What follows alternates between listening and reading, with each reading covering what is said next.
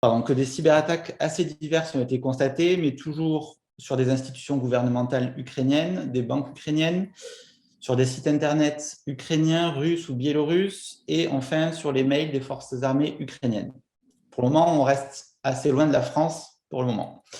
Et d'ailleurs, le 9 mars, donc hier, cybermalveillance.gouv.fr nous indique que l'invasion militaire de l'Ukraine par la Russie a généré une situation de tension internationale susceptible d'avoir des répercussions dans la sphère cyber.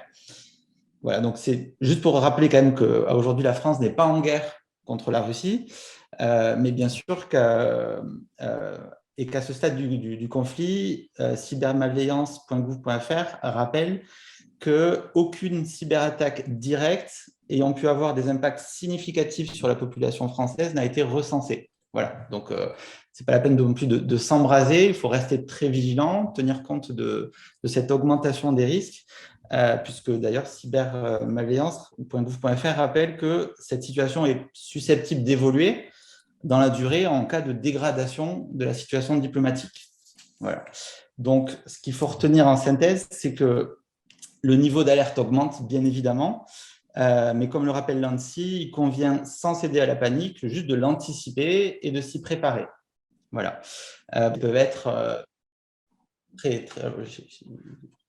Il y a pas mal d'enregistrements. Ouais, ça fait des petites notifications un peu bizarres. Donc, toujours pour dire qu'en volume, sur l'ensemble des cyberattaques qui peuvent arriver en France, pour parler de la France, on sait que les cyberattaques étatiques et activistes représentent quand même en volume un pourcentage faible par rapport à la grande majorité des cyberattaques qui sont à visée lucrative. Donc, voilà, donc il faut adapter la réponse, mais sans céder à la panique pour autant, et en tenant compte quand même aussi du fait que les cyberattaques à but lucratif vont profiter un petit peu de ce contexte pour réaliser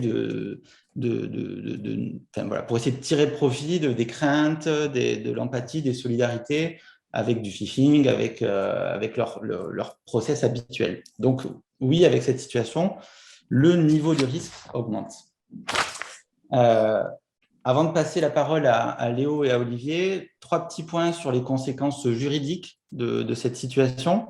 L'article 32 du RGPD indique qu'on doit mettre en œuvre en tant qu'organisme des mesures de sécurité appropriées afin de garantir un niveau de sécurité adapté au risque. Donc, par définition, si le risque évolue, eh bien oui, on va devoir adapter nos mesures de sécurité. Donc ça, c'est le premier point pour faire le lien entre le droit et la sécurité informatique. Le deuxième point, c'est que… Oui, pardon. Non, toujours sur ce premier point qu'il faille adapter les mesures, bien évidemment, ça va dépendre du type d'organisme. Tout ce qui est organisme d'importance vitale, donc les OIV, les OSE, doivent bien entendu augmenter leur niveau d'alerte. Mais en fait, toutes les entreprises doivent également le faire. Soit celles qui sont interconnectées ou qui ont des relations avec ces organismes d'importance vitale, ou toutes celles aussi qui vont avoir des liens avec des sous-traitants ou avec des partenaires qui sont situés dans des pays beaucoup plus ciblés parce qu'ils peuvent être des victimes collatérales. Voilà. Et donc, c'était la transition vers le deuxième point juridique qui est les relations avec les sous-traitants. Rappel, le RGPD, là c'est l'article 28, le sous-traitant doit présenter des garanties suffisantes et on doit veiller un petit peu au maintien de ces garanties. C'est ce qui fait d'ailleurs que l'ANSSI a émis une note et des interrogations sur l'éditeur Kaspersky. Voilà, donc tout ça pour dire que le lien entre le droit et la cybersécurité, voilà, ça impose aussi de se poser des questions sur ces sous-traitants, mais je pense que Léo et Olivier en parleront d'un point de vue cyber. Et le dernier appel juridique, c'est de vous dire, est-ce que vous êtes bien prêt sur vos procédures en cas de violation de données? Puisque si la menace augmente, si le risque augmente, c'est que certaines attaques réussiront. Donc, potentiellement, on peut être touché. Et est-ce qu'on est prêt à faire face à nos obligations juridiques en cas d'attaque qui réussit? Puisque si une attaque réussit, des données personnelles vont être touchées. Donc, potentiellement, violation de données personnelles. Donc, soit accès non désiré à des données, soit modification non désirée, soit disparition des données. Et il peut y avoir des notifications à faire à la CNIL si la violation est établie, mais pour certains organismes aussi, à l'ANSSI ou à l'ARS, pour ceux qui traitent de la donnée de santé. Donc voilà, donc, si vous êtes dans ces cas-là, est-ce que vous êtes déjà prêt à faire face à ce genre de notification? Et si vous n'avez pas à faire de notification à l'ARS ou à l'ANSSI, est-ce que vous êtes prêt pour faire des notifications à la CNIL en cas de violation de données qui réussit? Voilà, donc les 3 points. Effectivement, l'adaptation des mesures de sécurité, c'est prévu déjà par le RGPD. Attention avec vos relations contractuelles avec des partenaires situés sur des zones qui sont plus à risque. Et est-ce que vous êtes prêt à faire face aux notifications de violation de données? Voilà. Je laisse donc la parole à Léo et Olivier pour la partie beaucoup plus technique de ce café visio. Et je vous remercie. Bon, merci. On va pas vous embêter trop de technique, hein, ce n'est pas l'idée. Non. Et vraiment, et ça tombe bien parce qu'il y a eu une question, est-ce que tu en as parlé aussi, c'est les dégâts collatéraux. Il faut bien comprendre qu'en tant que patron d'entreprise, dans la région, on n'a jamais des cibles privilégiées des attaques. On est des cibles par opportunité. Ce sont des robots qui sniffent et qui voient qu'il y a des ouvertures. Et après, c'est très, très rare qu'on soit une cible vraiment dédiée à un groupe de hackers, ou alors on a vraiment une spécificité dans le métier, peut-être de l'aéronautique à Toulouse ou des choses comme ça. Là, il y a une recrudescence des attaques. Donc, il y a forcément une recrudescence des cibles par opportunité. Et les dégâts collatéraux. Les dégâts collatéraux, c'est quoi? Je ne sais pas si vous avez remarqué hier, mais on avait une trentaine de services qui ne fonctionnaient pas très bien, qui allaient de Snapchat à Amazon, à Google Cloud, Discord, Twitter, Facebook, Cloudflare, Destiny. Il y avait énormément de services qui étaient abîmés et qui n'étaient pas en fait non plus des attaques directes. Ces attaques étaient faites sur des équipements sur lesquels eux-mêmes étaient reliés ou ils dépendaient. Et ça les a perturbés. Ça ne les a pas non plus bloqués, mais ça les a perturbés. Et le cas justement de la question là, où Léo a répondu, sur les éoliennes en Allemagne, c'est exactement ça. C'était une attaque, a priori, par les Russes, mais ça, c'est toujours difficile à comprendre et à estimer, pour couper l'Internet en Ukraine. Sauf que ces éoliennes-là étaient pilotées et monitorées à travers ce même réseau de satellites. Et donc, du coup, elles ont été isolées. C'est pas juste qu'elles ont pu être mal ensuite mal configurées pour tourner trop vite, pour les abîmer ou pour les faire arrêter. C'est juste qu'elles étaient plus opérables à distance. Donc, du coup, les techniciens, s'il y avait des soucis, devaient aller sur place pour aller vérifier quoi que ce soit. Et on a eu la même chose avec Nordnet. Alors, je suis concerné, j'ai Nordnet à la maison, j'ai eu des problèmes. Mais bon, c'était certains services, on avait des services qui ne fonctionnaient plus. Par exemple, j'avais plus accès à Twitter. Je me suis rendu compte très rapidement. C'était tous les adresses IP de Nordnet n'avaient plus accès à Twitter. Donc, en mettant une VPN, en changeant mon adresse IP, j'arrivais à y accéder. Donc, on se rendait bien compte de ça.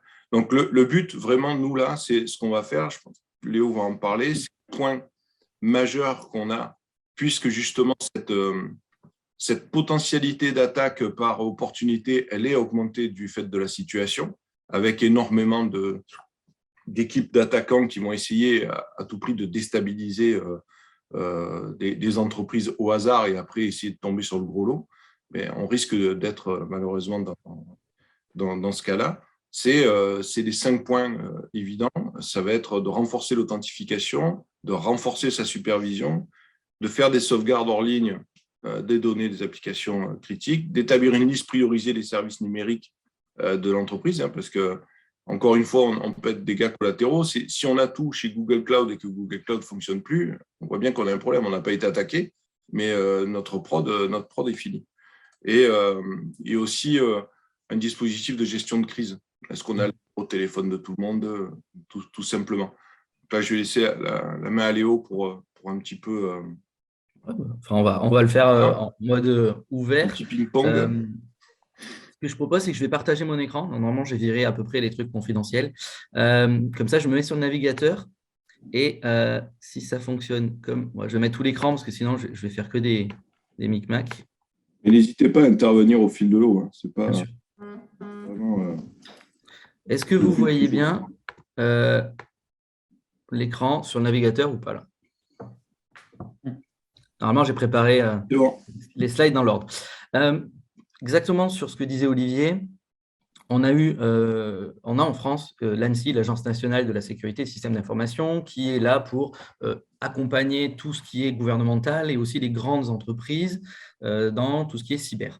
L'ANSSI rédige et communique sur beaucoup de guides, conseils pratiques, certains à destination des techniques, certains à destination uniquement des dirigeants, et des fois un petit peu mixte. Donc, toujours utiliser les ressources de l'ANSSI en prio, parce que c'est souvent la doctrine, on va dire, nationale, et surtout, c'est vraiment bien mis à jour et ils bossent bien.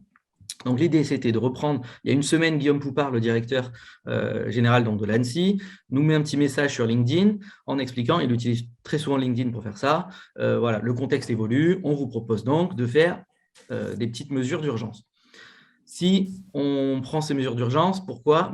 On en a parlé juste avant. On voit qu'aux États-Unis, c'était pour compléter un petit peu ce que disait aussi Jean-François, 2 semaines avant l'attaque des Russes, il y a les 21 plus grosses sociétés qui s'occupent de produire du gaz aux États-Unis qui ont été attaquées. Ça ne veut pas dire qu'elles ont été piratées, mais en tout cas, elles ont été attaquées. On a perdu le son, Léo. Vous n'avez pas du tout de son là? Ah, c'est bon, c'est revenu. Excusez-moi. Donc voilà, on parlait de dommages collatéraux, mais ce n'est pas que du collatéral, c'est aussi des fois du ciblé parce que vous êtes dans une chaîne, on va dire, de valeur qui peut intéresser l'adversaire. Donc là, c'était les producteurs de gaz aux États-Unis avant l'attaque. On a appris aussi la semaine dernière qu'à la Maison-Blanche, ils se sont fait pirater leur serveur DNS. D'où c'est venu? C'est venu en fait d'un ancien salarié qui était pro-russe. Donc là aussi, attention, la menace n'est pas forcément qu'externe, ça peut être quelque chose qu'on appelle un activiste, quelqu'un qui le fait pour des valeurs. Si vous en avez dans vos salariés, ça peut être un petit peu délicat. Donc là, c'était assez facile pour eux. Maintenant, je reviens sur le guide qui a été publié par l'ANSSI. C'est un petit guide que vous pourrez trouver. Alors, je les ai téléchargés, on essaiera de vous les mettre tous les liens. C'est celui que vous trouvez sur le post LinkedIn ou sur le site de l'ANSSI. C'est mesures cyber préventives prioritaires. C'est assez court, 10 slides. Exactement le sommaire qu'évoquait Olivier avant. Donc, les 5 points principaux qui sont là. Authentification, supervision, sauvegarde, établir sa petite liste d'actifs critiques et gestion de crise. Ce document est lui-même complété et complétable par des guides beaucoup plus complets. Alors, le problème, c'est que j'ai la barre. J'ai la barre qui s'est foutue en plein milieu. Hop. Des guides un peu plus complets de l'ANSSI et de d'autres services, notamment le guide ici d'hygiène d'informatique que vous pourrez retrouver, qui lui ne fait pas 10 pages, mais 72 pages, qui détaille précisément toutes les mesures que vous pouvez mettre en place avec des solutions concrètes. Et ensuite, le fameux guide dont parlait Olivier, enfin guide, pas forcément guide, mais voilà, la partie crise cyber. Et là, c'est 80 pages pour gérer de manière opérationnelle une crise cyber en tant que dirigeant. Donc, je reviens maintenant sur celui-là. L'avant-propos, je vous le passe. Aujourd'hui, point 1, c'est l'authentification. Prenez l'exemple d'un Google. Si vous avez toute votre authentification basée chez Google, chez Microsoft, peu importe, ou sur votre Active Directory local, authentification clé de voûte. Donc, renforcer l'authentification sur les systèmes d'information. Donc, renforcer l'authentification, ça veut dire plein de choses. Ça veut dire mettre en place, bien sûr, les politiques de mots de passe, mais ça veut dire aussi mettre en place des mécanismes complémentaires qui peuvent faire perdre du temps à un attaquant ou quasiment empêcher une attaque. Vous le faites déjà tous quand vous vous connectez, quand vous payez en ligne, vous avez 3D Secure, le fameux double authentification. Vous devez posséder le numéro de carte pour payer en ligne, donc ça, vous devez le connaître, le posséder, et vous devez aussi avoir votre téléphone avec vous pour pouvoir faire l'authentification. C'est de la double authentification, très classique. Ça existe bien sûr sur tous les systèmes d'entreprise. Alors, des fois, c'est payant, des fois, c'est gratuit, des fois, ça se fait avec un téléphone, des fois, ça se fait avec une clé physique, ça vaut entre 30 et 50 €. Ça peut se faire avec des cartes à puce, ça peut se faire avec des codes complémentaires que vous préécrivez. Vous devez le mettre en priorité en place sur tout ce qui est compte à privilège. Donc, les comptes à privilège, bien sûr, c'est les administrateurs. Et ensuite, sur les comptes, ce qu'on appelle VTP ou VIP. Donc, VIP, vous savez ce que c'est, ou VTP, Very Targeted People. Donc, les gens les plus ciblés. Et une fois que vous avez réussi à le faire sur les VIP et les admins, vous considérez aussi de le faire sur tout le monde si vous pouvez, mais au moins rapidement sur ces gens-là. Donc, les very targeted, c'est évidemment toutes les fonctions de direction et éventuellement, si dans votre activité, vous avez un responsable de la logistique ou de la prod qui a beaucoup d'accès ou qui travaille avec des partenaires, on a eu le cas, une chaîne de retail, c'est la personne qui passe les commandes auprès des autres partenaires. Si lui est ciblé et rendu indisponible, vous bloquez toute votre chaîne de production aussi.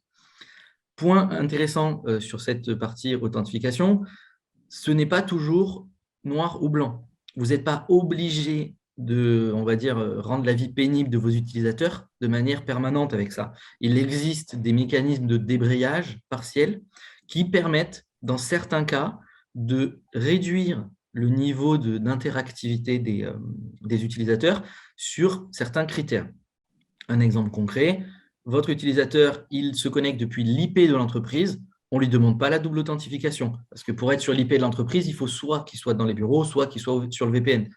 Ou l'utilisateur se connecte depuis son ordinateur habituel, qui est détecté, on ne demande pas la double authentification. On peut faire des choses qui sont très souples et qui, dans les cas un petit peu plus atypiques, vont demander la double authentification. Ça se configure souvent avec les outils que vous avez déjà. D'ailleurs, ça se fait notamment chez Microsoft, qui est très souvent utilisé par les entreprises. Peut-être tu avais des points là-dessus, Olivier, où je passe… Oui, il y a juste un petit point, vraiment. Alors après, bon, dans ce métier-là, on devient tous paranoïaques, hein, mais moi, je reste persuadé qu'il faut aller un tout petit peu plus loin sur ce sujet-là. C'est-à-dire que si, évidemment, effectivement, il y aura une attaque russe en cybersécurité, ça veut dire qu'ils l'ont planifié depuis très longtemps, comme ils ont planifié leur attaque malheureusement terrestre.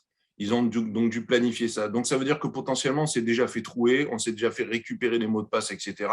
Donc, pour ceux qui ont des entreprises de taille correcte, modeste, on va dire, et pas avec plusieurs milliers de collaborateurs, je vous demanderai, moi, de pousser un changement de mot de passe et de le faire sur l'ensemble de vos droits à privilèges, mais aussi de vos collaborateurs. Parce que Monique à la compta ou Gérard à la log, il va potentiellement s'être fait piquer son mot de passe. Il ne le sait pas. Je sais qu'il y a beaucoup d'entreprises qui n'ont pas de gestion de mot de passe avec des mots de passe qui se terminent tous les 30 jours, 60 jours, etc. C'est un mot de passe qu'on change quand on a envie. Donc, faites-le. Ce n'est pas grand-chose. Vous pouvez potentiellement, par votre AD, le pousser, forcer le changement aux gens, ou vous pouvez le faire via une communication, mais demandez-le à le changer. C'est peut-être un peu parano de ma part, mais quand on voit le petit effort que c'est, je pense que c'est quelque chose qu'il faut envisager. Les banques changent vos cartes bleues de manière régulière, justement pour ça.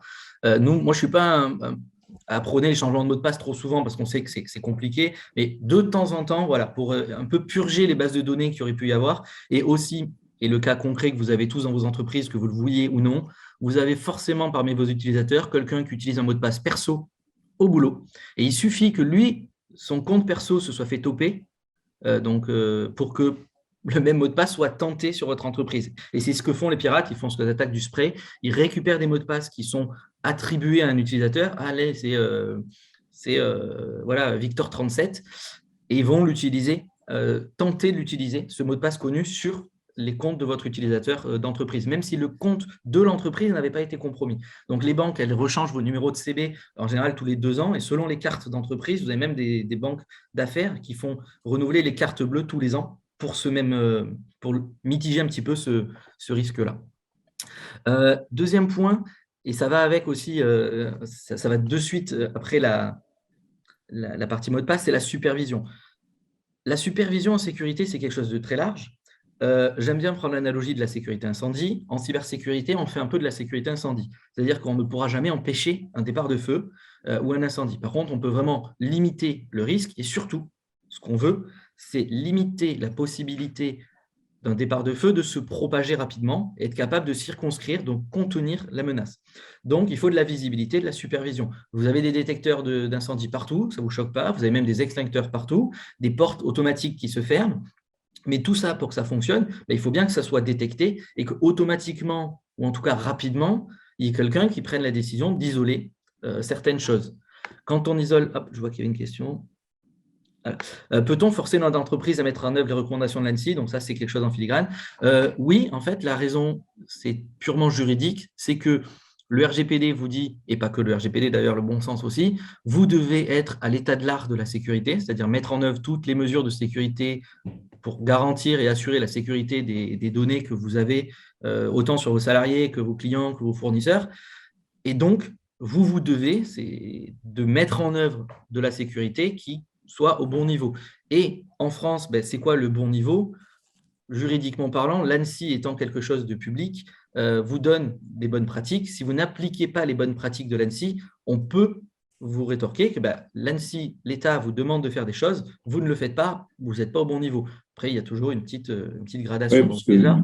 Voilà. Il faut bien voir que c'est pas l'ANSSI ne revendique pas le fait d'avoir des certifications. L'ANSSI donne des guides d'hygiène et des bonnes pratiques. Et ces bonnes pratiques-là sont un maître étalon si un jour il y a un problème. Effectivement, on ne peut pas forcer non plus l'entreprise à le faire, mais de s'en approcher au maximum et d'avoir fait le nécessaire, oui. Comme les gens, par exemple, qui sont ISO 27001, mais qui ne veulent pas passer la certification, essayent de suivre les principes 27001 sans avoir la certification. C'est la même chose. Donc, effectivement, après, derrière, en cas de problème juridique, on peut rétorquer à l'entreprise qu'elle n'a pas suivi les recommandations de la Haute Autorité de Sécurité en France, qui est l'ANSSI. C'est exactement comme pour la partie incendie ou normes.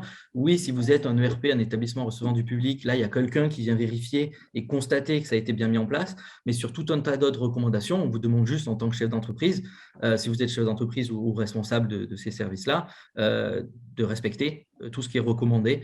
Voilà. Et certains sont sujets un petit peu à interprétation. En tout cas, la ligne peut être délicate. C'est quoi de la bonne sécurité ?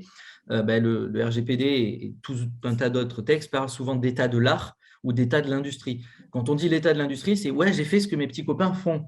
Ouais, mais si ce qu'ils font, ce n'est pas bien, ce n'est pas ça qui compte. Ce qui compte, c'est l'état de l'art, c'est-à-dire qu'est-ce qu'on sait faire aujourd'hui de mieux en cybersécurité. Et c'est là où, bien sûr, vous ne pourrez pas être responsablement, vous serez reconnu peut-être responsable, mais avec des conséquences limitées, parce que ça doit être aussi en adéquation avec vos moyens. Mais si vous estimez que vous devez collecter de la donnée médicale parce que c'est nécessaire, mais que vous n'avez pas les moyens de la protéger, à un moment, on va vous dire non, vous ne devez pas la collecter si vous n'avez pas la capacité de la protéger. Donc là, c'est souvent ce petit point-là qui peut faire débloquer une certaine responsabilité chez les dirigeants, parce que derrière, les conséquences peuvent être assez lourdes et pas uniquement financières. Ça peut aller plus loin, même si c'est vrai que il en faut beaucoup pour que ça aille plus loin, mais quand on parle de données médicales notamment, là, l'État, il n'est plus trop dans la rigolade, parce que l'image est vite entachée, surtout si vous êtes sous-traitant d'une autre entreprise. Là, ils vont tout balancer sur vous, parce que les cyberassurances aussi et les assureurs pertes d'exploitation commencent à être très, très regardants sur ces mesures-là. Donc, le fait de ne pas les mettre en place peut aussi vous mettre en défaut au niveau de votre assureur et peut aussi vous mettre en défaut parfois sur des sujets pénaux si vous collectez, je ne sais pas moi, les extraits de casier judiciaire de vos salariés avant l'embauche, ce que nous, on doit faire dans certains cas, mais même si vous les supprimez au bout d'un certain temps ou autre, à un moment où vous en avez, là, ça devient très grave si la donnée venait à fuiter. Si je peux juste ajouter, Léo, sur cette question, donc effectivement, par rapport à l'obligation de l'entreprise, elle doit mettre en œuvre des mesures de sécurité, comme tu dis, à l'état de l'art. Et en fait, comment est-ce qu'on apprécie cette responsabilité ? Il y a 3 critères. C'est en fonction de l'état des connaissances, comme on disait, l'état de l'art, les recommandations de l'ANSSI, etc., avec des marges d'appréciation. Pourquoi ? Parce qu'il y a d'autres critères. Il y a aussi les coûts de mise en œuvre. On va évaluer ça par rapport aux capacités financières de l'entreprise. Et enfin, alors le texte est assez long, mais on peut le résumer. Le 3e critère, c'est en fonction de la sensibilité des données. Effectivement, comme tu disais, données de santé, pas données de santé, données relatives à des infractions ou pas, données à grande échelle ou pas. Voilà, donc en fait, c'est du cas par cas. Donc c'est pour ça qu'on ne peut pas donner de réponse brute. Mais d'une part, c'est du cas par cas, mais quand même, voilà, le but, c'est de s'approcher au maximum des recommandations de l'ANSSI et de la CNIL, qui reprend bien souvent en fait les recommandations de l'ANSSI. Et peut-être que cette question, on peut aussi la prendre dans un autre sens. Il y avait les obligations de l'entreprise, mais ensuite, pour décliner les mesures de responsabilité, pour forcer en fait la mise en place des recommandations, est-ce qu'on peut imposer ça aux salariés ? On peut dérouler la chaîne. Hein. Donc, c'est oui, bien évidemment, puisqu'il y a un lien de subordination avec le contrat de travail, il y a le pouvoir de direction de l'employeur et typiquement la sécurité informatique. Ça fait partie de ces sujets pour lesquels le salarié doit respecter les règles de l'entreprise. Et si les règles prévoient des mesures de sécurité, le salarié doit les respecter. Avec cette particularité, ce serait quand même bien pratique qu'il y ait des chartes informatiques dans les entreprises qui soient bien mises en place avec le CSE, etc., et qui prévoient du coup des obligations pour les salariés. Et c'est beaucoup plus pratique en fait pour faire respecter les règles de sécurité dans les entreprises. Donc, la charte informatique, c'est vraiment important aussi pour justement faciliter la mise en place des mesures et leur respect. Ça fait justement le lien avec une des phrases au niveau de la supervision de sécurité. La supervision de la sécurité, ici dans le document, ça parle principalement d'administration, d'administrateurs, de technique. Il existe des solutions que vous pouvez mettre en place techniques qui vous permettent d'agréger les logs de sécurité, un peu comme le PC sécurité avec les caméras quand vous allez à la gare, Vigie 360, ils mutualisent des flux de plein d'éléments, de plein de gares, de plein de caméras, de plein de capteurs à un endroit précis. Ils utilisent des outils pour le faire. En informatique, on appelle ça un SIEM, S-I-E-M.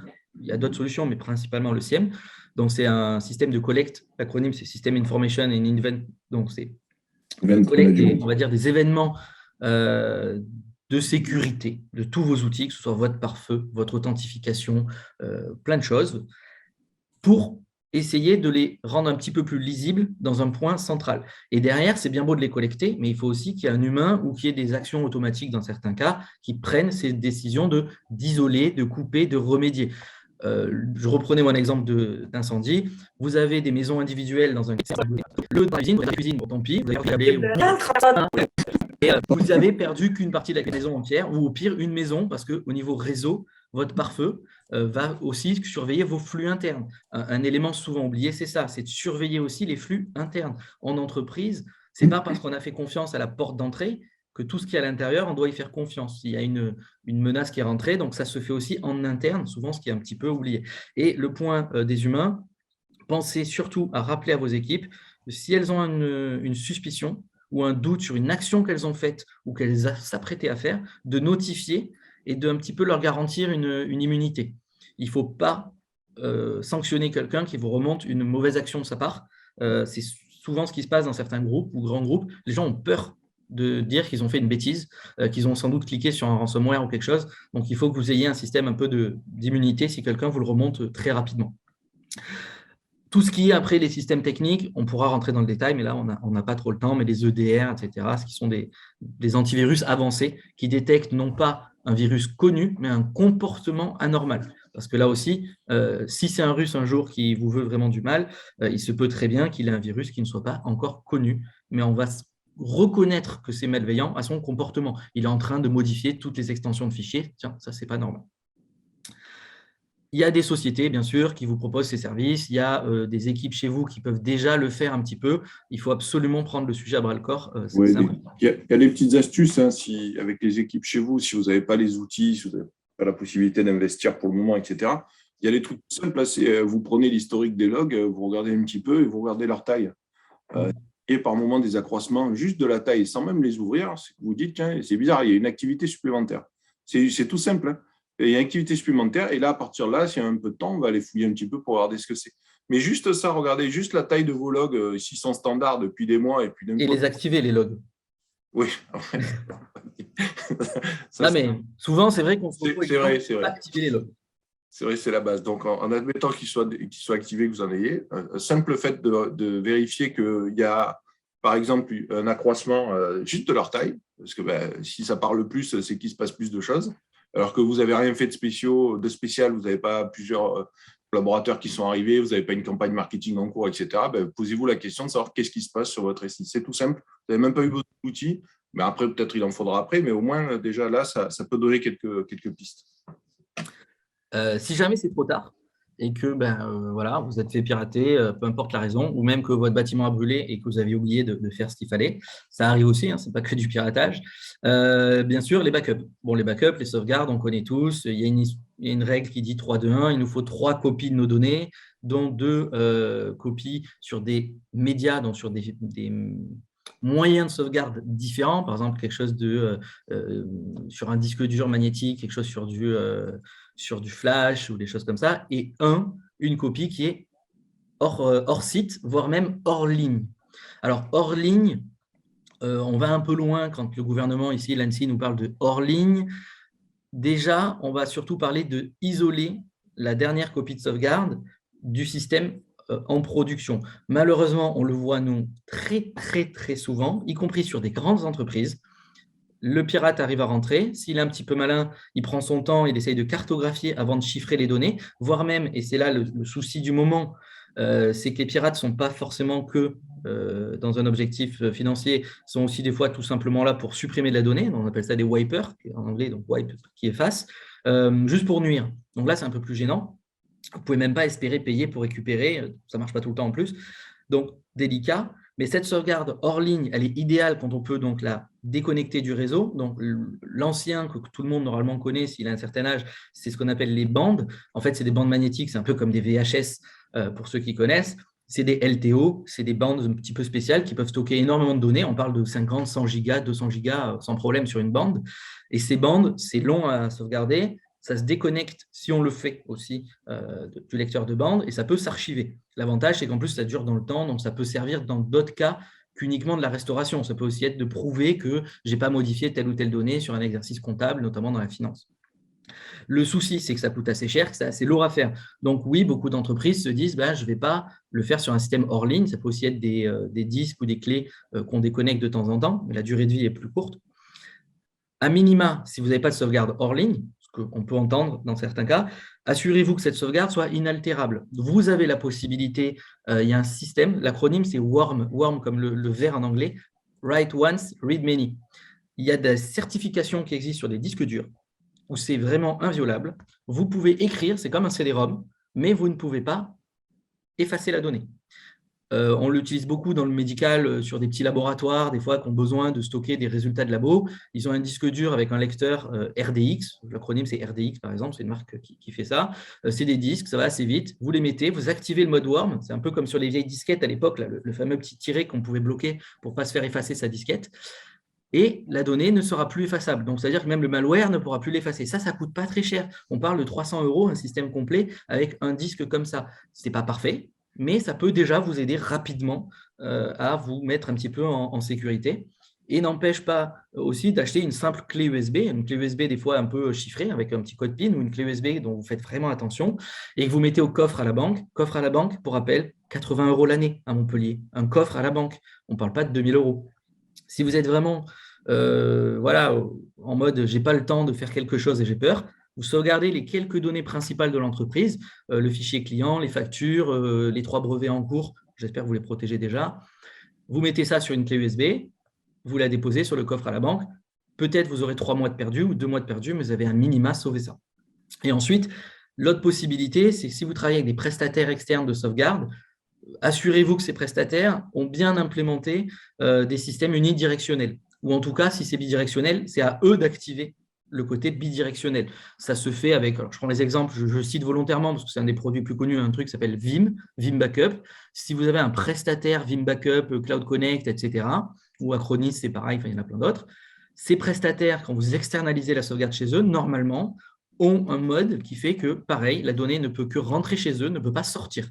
Donc, à minima, la donnée pourrait être chiffrée et re-sauvegardée chez eux chiffrée, mais ils auront toujours une copie avant qui n'était pas chiffrée. Petite question de Luc, pour les sauvegardes externalisées déconnectées, quelle est la durée que vous recommandez pour pouvoir remonter en arrière la fréquence? Alors, la durée, toujours délicat, à savoir que si vous avez une cyberattaque type malware, ransomware ou autre, vous en rendez compte très vite. Donc, au pire du pire, vous partez le vendredi, vous en rendez compte le lundi ou un week-end de 3 jours. Donc, on va dire une semaine de sauvegarde, c'est vraiment la survie. 7 jours. C'est vraiment hyper dépendant de votre activité. Voilà. C'est pour ça que c'est important d'avoir ce qu'on appelle une PSSI, c'est-à-dire dans votre politique, votre des systèmes d'information, c'est que suivant votre activité, si vous êtes expert comptable, si vous êtes dans le marketing, si vous êtes dans la logistique, etc., il y a 2 jours de prod, ça peut être monstrueux, comme dans une autre entreprise, ça peut être rien du tout. Vous pouvez perdre 2 jours parce que vous avez échangé quelques mails, 2-3 fichiers, et ce n'est pas grand-chose parce que vous fonctionnez par envoi massif tous les mois, par exemple, de votre activité. Il y en a d'autres, ça va être vraiment, c'est du quotidien. C'est un camion qui ne part pas pendant une journée, enfin, des camions qui ne peuvent pas partir pendant une journée sur de la log, c'est hyper problématique après récupérer. Donc, il faut vraiment avoir fait cet exercice-là avant de savoir. Et c'est une des points qu'il y a juste après, c'est de regarder qu'est-ce qui est critique pour vous, comment ça fonctionne et justement, qu'est-ce qui est à prioriser chez vous. Et c'est votre sauvegarde-là être en fait calquée sur votre besoin. Si je peux poursuivre la question, pardon. Ouais. Ma question, elle portait aussi sur le fait, alors je suis loin d'être spécialiste, hein, mais j'imagine peut-être un virus qui pourrait être dormant pendant un certain temps. Exactement.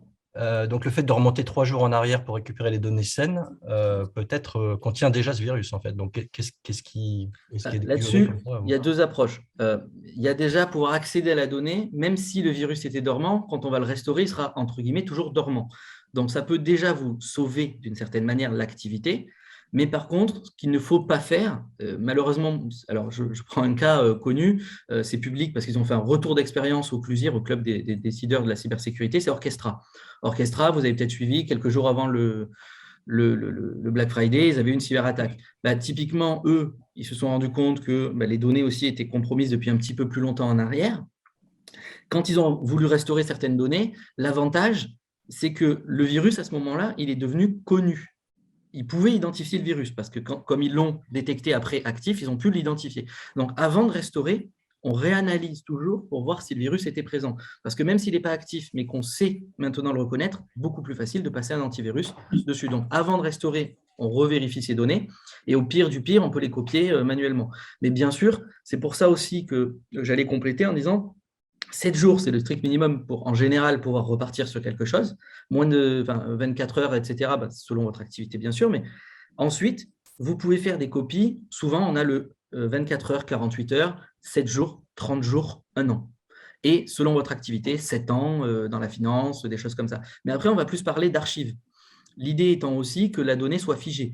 Un cas très simple, mais là c'est une attaque un peu plus vicieuse, c'est les données comptables ou les données de clôture de fin d'année pour certaines entreprises.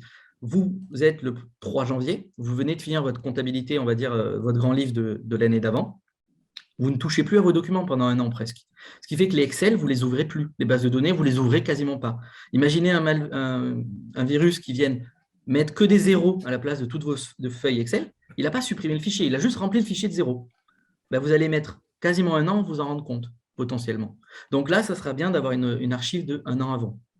Donc là aussi, ça dépend vraiment, comme disait Olivier, de cette priorisation et de ce qu'on appelle l'analyse de risque aussi, qui va avec. C'est analyser de quoi vous voulez vous protéger, mais surtout, qu'est-ce que vous protégez, comment vous le protégez, les mesures mises en place. L'archivage, ça coûte quasiment rien aujourd'hui. La sauvegarde, ce qu'on appelle SHOD, où on peut accéder aux fichiers très vite, ça coûte de l'argent parce que les serveurs sont disponibles, les disques, les bandes, LTO, les catalogues sont maintenus à jour, etc. La sauvegarde, l'archivage froid, alors je prends un exemple, je ne sais pas, chez Azure, mais il y en a plein d'autres, des trucs, ou même Carbone 14 de chez Iliad, enfin de chez Online. Carbone 14, qui est un service d'archivage, c'est-à-dire la donnée, quand elle est archivée chez eux, vous ne pouvez pas y accéder en temps réel. Il y a un délai de 4 à 7 heures pour que la donnée se réveille, qu'eux-mêmes la remettent en ligne. On parle, là j'ai un client, c'est ça lui coûte 1 100 € par mois pour 1 pétaoctet de données. Un péta, c'est 1000 téras. Hein. Enfin, c'est 1024 téras. Donc, 1 000 €, grosso modo, pour 1000 téras. On est à 1 € le téra par mois. C'est ridicule. Après, ce qui est important aussi, peut-être, Luc, là, de comprendre, c'est par rapport, encore une fois, à votre activité. Vous avez des machines, vous travaillez sur des machines qui sont dans un data center ou sur du cloud, mais c'est vous qui avez la main, c'est vous qui avez construit les machines. Si votre système d'information n'est pas très vivant, c'est-à-dire qu'à part faire des pages de sécurité dessus, vous ne changez quasiment rien sur cette machine-là. La bonne pratique, normalement, c'est une fois qu'on a monté son serveur, qu'il est opérationnel à recevoir les données, vous en faites une copie, vous la mettez en ligne et vous la laissez de côté. Elle est saine. Et du coup, après, vous ne sauvegardez plus que des fichiers plats, vous ne sauvegardez plus que des données. Et là, il n'y a aucune chance, normalement, de récupérer le malware dessus, puisque le malware est un exécutable, il n'est pas dans vos données. Et donc, du coup, après, ça va être la durée de rétention de vos données et d'activité qui va être importante. Et quand vous allez redémarrer, il faut appliquer ce qu'a dit Léo tout à l'heure, c'est que vous allez récupérer le template de votre machine que vous aviez, vous le mettez dans ce qu'on appelle une sandbox, c'est-à-dire à part quelque part, dans un environnement sûr, vous le mettez, vous remontez vos données et là, vous vérifiez avec votre partenaire antivirus, etc., et qui sait quel outil vous a crypté, vérifier qu'il n'y avait rien. Normalement, il n'y aura rien, mais c'est quand même une vérification à faire et après, vous le basculer dans un autre environnement où là, vous pouvez avoir des interactions. Et c'est tout ce petit truc-là, vous voyez, ce n'est pas très compliqué, mais c'est ce qu'il faut écrire sur une page. Ouais. Et ça peut tenir sur une page. Qu'est-ce que je vais faire quand il y a un problème? Est-ce que c'est machin admin qu'il faut que je prévienne en premier? Qui c'est que je dois faire? Est-ce que je vais organiser un stand-up meeting tous les matins pour dire comment je travaille pendant la crise? Est-ce que je vais faire un pont téléphonique? Je vais dire aux gars… Le fameux guide. Je précise juste, j'affiche à l'écran le guide de l'ANSSI là-dessus. Voilà, comment je vais faire? Je vais lancer un numéro de téléphone à l'ensemble de mes collaborateurs. Je vais l'envoyer par SMS. Je vais leur dire, écoutez, non-stop 24 heures sur 24, ce téléphone sera ouvert. Maintenant, vous vous connectez dessus, il y aura toujours quelqu'un pour répondre à vos inquiétudes. C'est tous ces petits trucs qui ne sont pas grand-chose à faire, mais qu'il faut se poser à un moment donné et réfléchir. Et effectivement, ça tient sur une page en général. Ce n'est pas très compliqué. Notamment avoir les coordonnées téléphoniques de énormément de temps au redémarrage. Il y avait une question de Sylvain, enfin un point, pas une question, très pertinent. Attention au temps de restauration. Alors là aussi, le temps de restauration des données, vous devez l'étudier en fonction de votre nécessité métier. Bien sûr, si votre bâtiment brûle et que vous avez perdu des données et qu'il faut restaurer, bon, en fait, si ça prend 3 jours à restaurer, c'est pas grave. De toute façon, il n'y a plus personne qui peut bosser. Dans le cas d'une cyberattaque, normalement, tout le monde est là et tout le monde se regarde dans le blanc des yeux et tout le monde attend. Bien sûr, si on restaure plus vite, c'est mieux. C'est pour ça qu'on a ce qu'on appelle en informatique la notion de PRA ou de PCA, plan de reprise d'activité, voire même de continuité d'activité. Donc, la reprise d'activité veut dire qu'on tolère une coupure ou une perte. La continuité d'activité, normalement, c'est vraiment, j'ai pas de coupure. Quand vous payez en carte bleue chez Visa, vous en fichez que s'ils ont un serveur en panne, vous ne puissiez pas payer. Vous dites non, je ne veux pas de coupure, moi. Vous, dans votre entreprise ou organisation, une coupure est peut-être tolérée. De combien de temps? C'est à vous de la définir. Et sur quel service? La paye qui tombe en panne pendant 5 jours, peut-être que ça passe. Par contre, la facturation, ça vous embête. Voilà, tout un tas de choses. Là-dessus, vous y travaillez. Donc, dans l'analyse de risque, dans votre PSSI, dans toute votre rédaction de PRA, donc il y a quelques points. Vous essayez dans votre tête de vous faire un scénario, là aussi, de vous dire si tel service ceci, si tel service cela, vous pouvez vous faire accompagner, vous pouvez trouver des ressources sur Internet, il y en a pas mal. Le problème de la restauration peut être résolu de 2 manières. Soit vous avez des fois des services en ligne, on va dire, qui vous proposent, moyennant finance, mais c'est rarement le problème à ce moment-là, d'augmenter la taille des tuyaux, ou vous-même, vous appelez votre opérateur et vous lui dites, bon, j'avais une fibre 100 mégas, merci de me mettre 1 giga pendant une semaine. Beaucoup d'opérateurs savent le faire pour restaurer plus vite ou restaurer ailleurs. Vous pouvez restaurer des fois dans un environnement cloud ou data center. Si vous faites des sauvegardes avec un data center de proximité, il y en a à Montpellier, Toulouse, Nîmes, un peu partout, des fois, votre prestataire peut aussi vous proposer qu'un humain, physiquement, aille chercher les sauvegardes, vous fasse une copie directe et vous ramène la donnée. Donc là aussi, c'est des choses qui peuvent être envisagées. Ça coûte de l'argent, ça vous change vos manières de travailler, mais c'est possible de le faire. C'est régulièrement fait. Tout comme la première sauvegarde qui peut être très longue, il est possible aujourd'hui de faire ce qu'on appelle des navettes, des data shuttles, entre chez vous et le cloud, le data center, peu importe, pour sauvegarder très rapidement la donnée initiale. Et ensuite, on ne fait que le différentiel. Donc tout ça, c'est des solutions techniques qui existent et qui sont relativement peu onéreuses au regard d'une entreprise. Pour une association, c'est toujours différent, mais pour une entreprise, c'est largement dans les clous. Peut-être, donc un mot, on vient surtout d'en parler, Olivier a très bien expliqué les priorisations des services critiques et ce qu'on appelle aussi les dépendances. Ça, c'est très important, c'est les dépendances vis-à-vis des prestataires qui doivent être identifiés. Dépendance, là, on parle fonctionnelle, opérationnelle. Il y a aussi la dépendance juridique.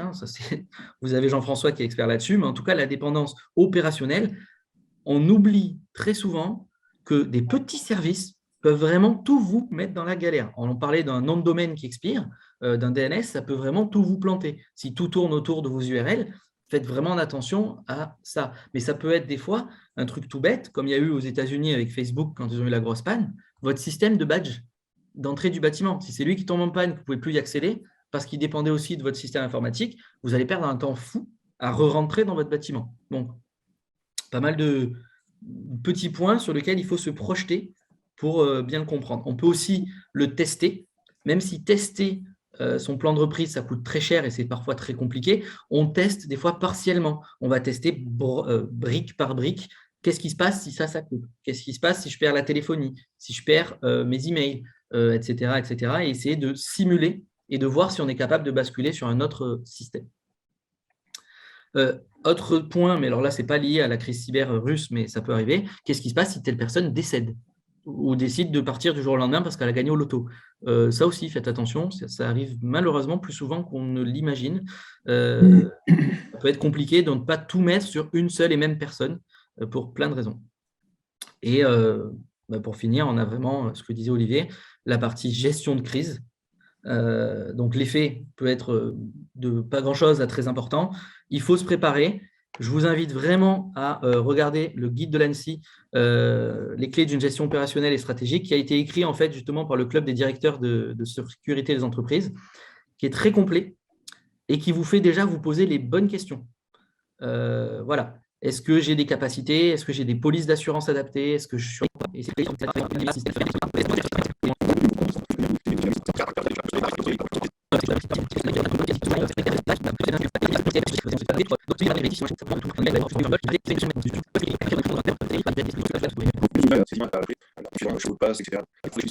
de différents des gens on a tendance à pas des en disant et surtout en ce moment il y a beaucoup d'attaques. J'ai vu que le Crédit Agricole, un collègue m'a renvoyé le Crédit Agricole, la banque l'a envoyé à ses à ses clients, pardon. Donc je ne sais pas s'il y en a qui sont à Crédit Agricole qui ont reçu ce mail-là. Ils ont effectivement eux aussi alerté sur une recrudescence de phishing et de choses comme ça. Donc c'est hyper important aussi de sensibiliser ses collaborateurs à ce degré de dangerosité, d'une manière générale toujours et encore plus en ce moment. On a un point de Philippe de chez Edater. Je le connais, j'ai fait des trucs. Edater qui nous dit que la majorité de ces données sont dans le cloud, de Microsoft. Alors, et que s'il n'y a plus de cloud, ils partent en vacances. Alors, ça va faire plaisir à certains, mais pas à tous. La notion de dépendance vis-à-vis d'un fournisseur, surtout cloud, est critique. Malheureusement, on dépend forcément d'un autre à un moment donné dans son activité. Alors, des fois, c'est le cloud, mais ça peut aussi être EDF qui vous fournit de l'électricité. Est-ce que c'est pour autant que vous avez tous des générateurs à côté de chez vous? Pas forcément. Là, 2 gros points pour moi. Il y a la notion de est-ce qu'on accepte une indisponibilité du service dans le SLA, dans les Service Level Agreement, c'est-à-dire une coupure de la connexion. Et est-ce qu'il y a un risque surtout que nos données soient perdues de manière définitive ou inaccessibles à jamais? Sur la notion d'indisponibilité, ce qu'on peut se dire en tant qu'entreprise, qui est là pour… Normalement, une entreprise, elle est là pour faire de la marge et du bénéfice, c'est qu'au pire, moi, Microsoft, il a des engagements envers moi de disponibilité 99,9, donc c'est X heures par an d'indispo. S'il ne les respecte pas, il peut me dédommager un petit peu, mais surtout, moi, je peux faire marcher ma police d'assurance, perte d'exploitation, etc. Donc, j'ai perdu de l'argent parce que je n'ai plus accès à mes données, mais indirectement, je suis assuré, donc pourquoi pas, même si ça fout un peu le bazar. On pourrait le tolérer avec des multiples divers et variés. Si par contre la donnée est perdue, là c'est beaucoup plus grave. Et Microsoft, ils ont beau vous dire on va vous donner un peu d'argent, ou votre entreprise, votre assurance vous en donne un peu, potentiellement vous mettez la clé sous la porte. Vous pouvez tout à fait chez Microsoft, je prends notre cas et vous le voyez même à mon écran parce qu'il y a un logo Microsoft qui est apparu. On utilise aussi des services de chez Microsoft. Vous avez la possibilité de sauvegarder certaines de ces données avec des solutions tierces dans un autre cloud, par exemple, si vous voulez aller chez Google, Microsoft, OVH, un data center de proximité, ou même chez vous, sur un gros NAS. Je prends un exemple bête, mais parce que ce n'est pas cher. Ce n'est pas ce que je recommande, mais ça le fait. Vous prenez Synology, la marque de NAS, ils ont un module pour sauvegarder les données 365, que ce soit la partie email et la partie SharePoint OneDrive. Ce n'est pas parfait, mais au moins, vous avez une copie de la donnée. Si jamais Microsoft est indispo à jamais, vous avez sauvegardé ça. Alors, c'est bien beau d'avoir la donnée, mais si après vous êtes dépendant de microservices, là, c'est votre stratégie globale qui doit prendre en compte. Est-ce que j'accepte du multi-cloud? Est-ce que j'utilise des services surtout qui sont uniquement fournissables par Microsoft? Ou est-ce que je vais utiliser un service un peu plus neutre qui est disponible sur du multi-cloud? La notion de container, la notion de VM, la notion de base de données, etc. Voilà. Je vous rassure quand même, l'avantage de travailler avec des gros acteurs ou en tout cas des acteurs qui vous apportent des garanties que vous allez challenger, soit parce qu'ils ont des certifications et des audits, soit parce que vous allez vérifier vous-même, vous faites vérifier qu'ils respectent, notamment un data center. Comme vous faites confiance à votre banque pour garder votre argent, oui, si la banque perd tout, l'État français, pour un particulier, je crois, vous rembourse 100 000 €, mais c'est à peu près tout. Hein. Donc là-dessus, normalement, eux ont des mécanismes puissants de sauvegarde et de résilience, mais l'indisponibilité peut être courante, surtout si vous avez une indisponibilité réseau chez Microsoft, par exemple, là-dessus. Voilà. Est-ce qu'il y a d'autres petites questions ou suggestions ou remarques là-dessus?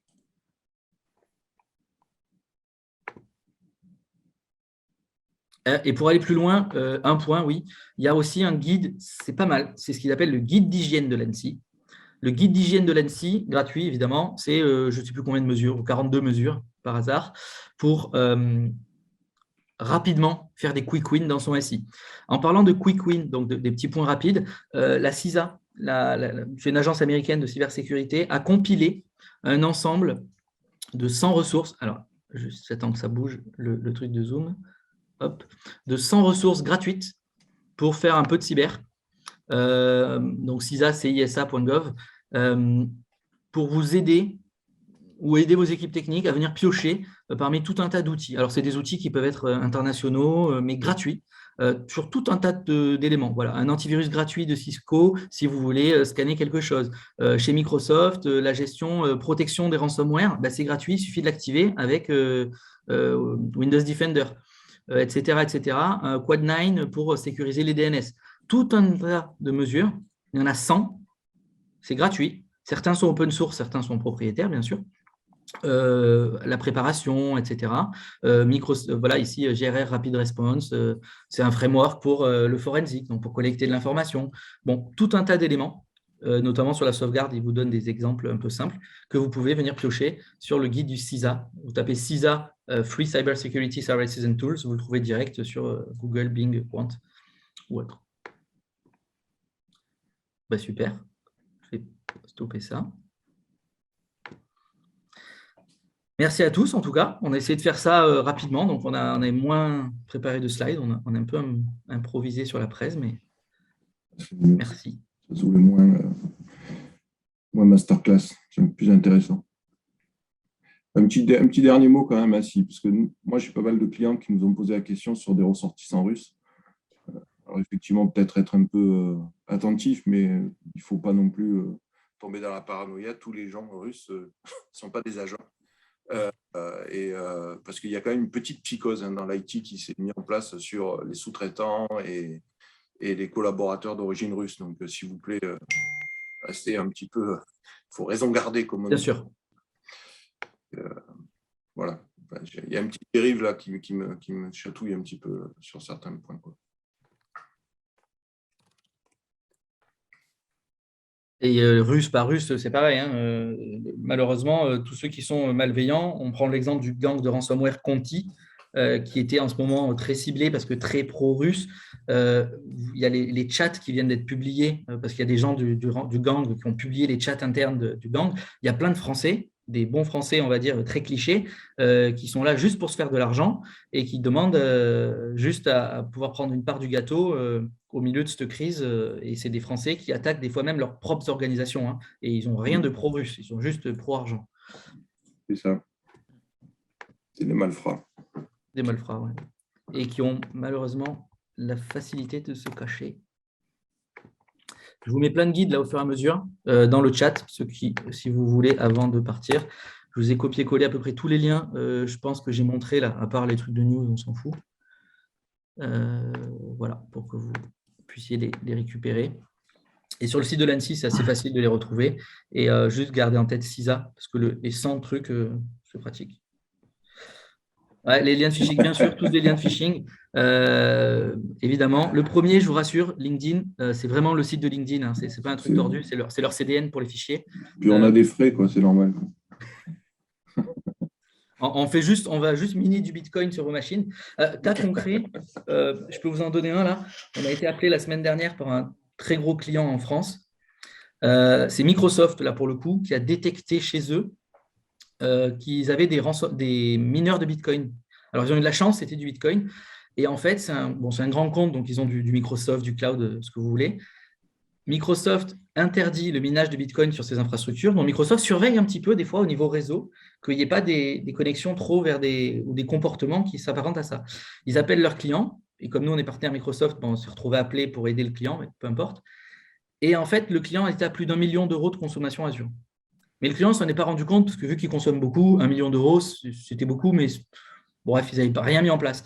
Et tout ça à cause de quoi ? Le compte admin qui permet de générer les machines virtuelles n'avait pas de double authentification. Et le mot de passe était dans une base qui était vérolée. dispo sur Internet. Et je vois Paul qui hoche de la tête, qui fait des gestionnaires de mots de passe. Déjà, si le mot de passe avait été plus fort, probablement que ça ne serait pas arrivé. Mais en plus de ça, ils n'avaient pas de double autente. 1 million d'euros, donc techniquement, le client est censé les payer. Vu que c'est un bon client Microsoft, et qu'en plus, ce n'est même pas le client qui s'en a aperçu, c'est Microsoft qui l'a prévenu, ils sont en train de discuter pour effacer une partie de l'ardoise. Microsoft va probablement leur offrir la moitié de l'ardoise. Mais bon, c'est quand même violent. Ça peut vous arriver comme à l'époque quand on détournait les numéros de téléphone et qu'on appelait des numéros surtaxés ou des téléphones roses. Ça arrive aussi aujourd'hui avec les ressources cloud. Et là, le pirate ne cherche pas à vous pirater, cherche juste à utiliser votre puissance de calcul pour miner, pour faire des calculs, pour générer de l'argent directement dans son portefeuille Bitcoin. Et ça ne se passe pas que dans les data centers, ça arrive sur les machines de vos utilisateurs. Donc, si vous avez un PC d'un collaborateur qui tourne tout le temps à fond, ça peut arriver des fois qu'en fait, il a un malware qui tourne dessus. Ça peut même se faire depuis une page web, tout simplement. Tu as dit on détournait les oui. téléphones. Voilà, on a détourné, pardon. J'avais oublié le A.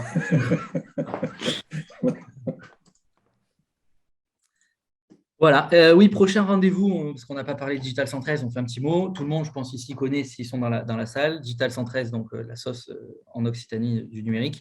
Nous, on fait partie de la factory cybersécurité.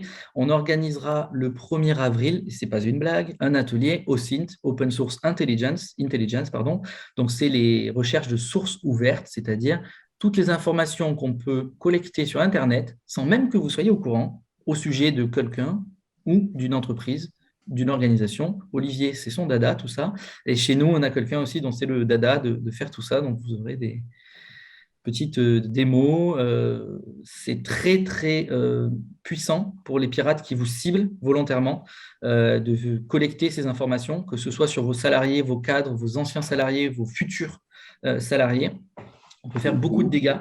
Donc là aussi, sensibiliser les gens à ne pas dire le vendredi qu'ils partent en vacances pendant 3 semaines. Ça peut aider selon où ils bossent. Une question, Léo, peut-être, je ne sais pas si ça peut faire conclusion, mais parlons. Est-ce que la difficulté quand on parle de sécurité, c'est vrai aussi dans la cyber, c'est on pourrait ne jamais s'arrêter pour renforcer la sécurité. Là, on a des entreprises un peu de tout niveau. C'est quoi les 2 trucs qu'il faut tous qu'on ait fait demain matin, simples, qui ne coûtent pas cher, qui ne sont pas complexes, qui permettent, je dirais, déjà de passer un peu en dessous des radars, de ne pas être ceux qui vont passer dans le filet. Et puis ensuite, on verra l'évaluation de ce qu'il faut, où sont les données, la criticité. Mais c'est quoi les 2-3 trucs simples qu'il faut qu'on ait mis en place? Tu l'as dit, la cyber, ça ne sert à rien en soi. Malheureusement, c'est comme la sécurité incendie. On aimerait ne pas la faire. C'est juste des frais. On peut aller à l'infini de la sécurité en dépensant un budget infini. Donc, c'est trouver l'adaptation. Comme pour les cambriolages, déjà, c'est d'avoir les mesures principales. Vous fermez votre porte à clé, ça vous paraît logique, et vous ne partez pas avec les clés de votre voiture qui restaient au garage pour aller travailler si vous ne prenez pas votre voiture. Donc, c'est la notion, les mots de passe. Moi, le gestionnaire de mots de passe, et ce n'est pas parce que c'est toi qui le dis, mais vraiment ça, un gestionnaire de mots de passe, c'est déjà un bon élément de démarrage parce que les gens, vraiment, on le sait, ces mots de passe, ils font n'importe quoi avec. Ils en utilisent le même partout, des trucs pas faciles. Et le gestionnaire de mots de passe, contrairement à ce qu'on croit, ça ne fait pas perdre du temps. Au contraire, ça augmente la productivité des gens quand c'est un bon gestionnaire qui permet en plus de faire des trucs sympas. Ensuite, c'est de s'assurer que votre entreprise a mis en place à minima une mini-sécurité périmétrique. Ce n'est pas parfait le périmétrique réseau. Un petit pare-feu. Les gens, le pare-feu, ils se disent c'est le Moyen-Âge. Non, un petit pare-feu, comme on l'a dit, ça va bloquer 90%, 95% des attaques connues contre votre réseau et éviter que votre serveur, si vous avez des serveurs, j'entends, même si vous n'avez que des PC, pourquoi pas, mais prennent le bouillon en permanence. Et ça va aussi vous donner la visibilité nécessaire pour aller lire les fameux logs. Tiens, j'ai eu 28 000 connexions ou tentatives de connexion en plus sur un serveur. C'est ça. Et surtout, l'autre point, c'est la sauvegarde. Parce que limite, on ne parle pas de sécu, on va parler de remédiation. Sauvegarder. Au pire, vos données, elles ont fuité. Si ce n'est pas critique pour vous que les données fuitent, même si normalement ça l'est, vous ne faites pas couler la boutique. Et faire des tests de restauration. Oui, tester les sauvegardes, c'est très important. Si ça se trouve, vous ne sauvegardez rien du tout. Quoi. Le truc, il dit « Ok, c'est fait, c'est terminé ». Puis en fait, quand vous restaurez, vous vous rendez compte que… Ou alors, le cas qu'on a vu ensemble, Olivier, là, justement, le témoignage de quelqu'un là, récemment, ils avaient des bonnes sauvegardes. certaines de leurs sauvegardes se sont retrouvées chiffrées, mais ils en avaient d'autres, déconnectées. Sauf que ces fameuses sauvegardes sur bande n'étaient pas cataloguées. Ils n'avaient pas sauvegardé, on va dire, l'index. C'est-à-dire qu'ils avaient des sauvegardes, mais ils n'avaient que des cassettes comme ça et ils ne savaient pas qu'est-ce qui était quoi. Ils ont passé plusieurs jours à recoller les morceaux avant de pouvoir restaurer. Donc, si on les teste, on s'en rend vite compte du problème, normalement. Voilà. Et bien, merci à tous et bonne fin de matinée.